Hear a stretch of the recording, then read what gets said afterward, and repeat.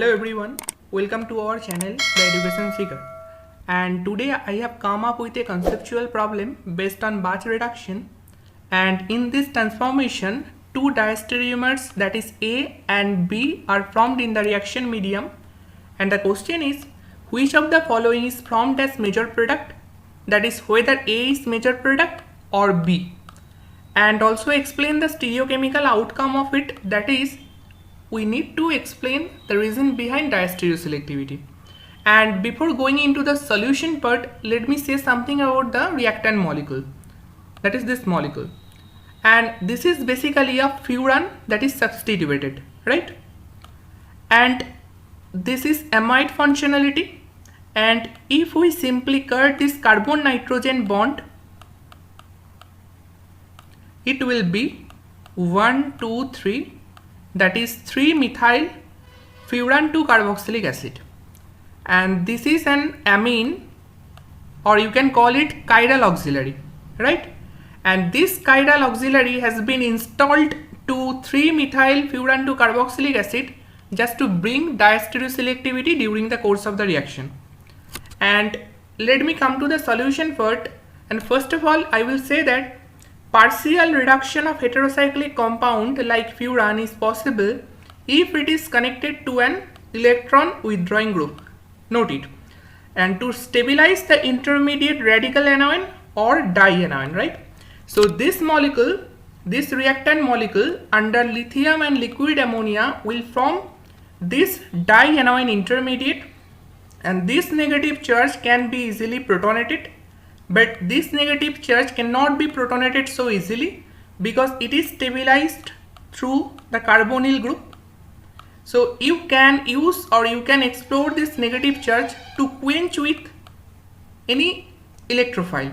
And here we have methyl iodide as a source of electrophile, and in methyl iodide, that is CH3I, this carbon is acting as electrophilic source and iodine is delta negative. Now I will explain the stereochemical outcome of alkylation, and if you look at the molecule and consider only the amine portion, then this amine has two CH2OMe arms, and the most important part about this amine is this is C2 symmetric. So if you rotate this amine by 180 degree about this axis, it will basically give you the same molecule. So if you try to quench this carboanion, then both CH2OMe groups are expected to block both the top phase and the bottom phase equally. So we will not be able to judge the steric demand of bottom phase and the top phase.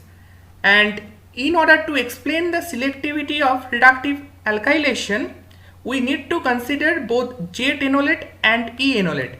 That is, we have to consider the enolate version of this carboanion. Then we can judge something, we can predict something. Now this carboanion can be presented as E enolate and Z enolate.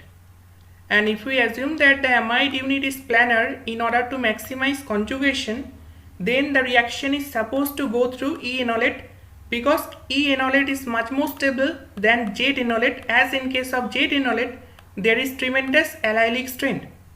And in case of E enolate, the top phase is shielded by chiral auxiliary, but the bottom phase is relatively free, so the approach of electrophile is favored from bottom phase.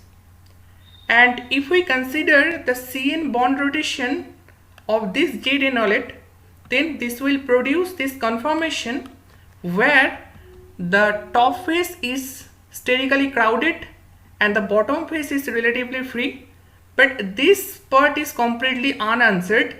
But whether we consider E enolate or Z enolate, the result will be same, and the result is here, where A is major product and B is minor product, and the diastereoselectivity ratio is 30:1. So thank you very much for watching, and please follow our channel The Education Seeker for more conceptual problems like this. So thank you.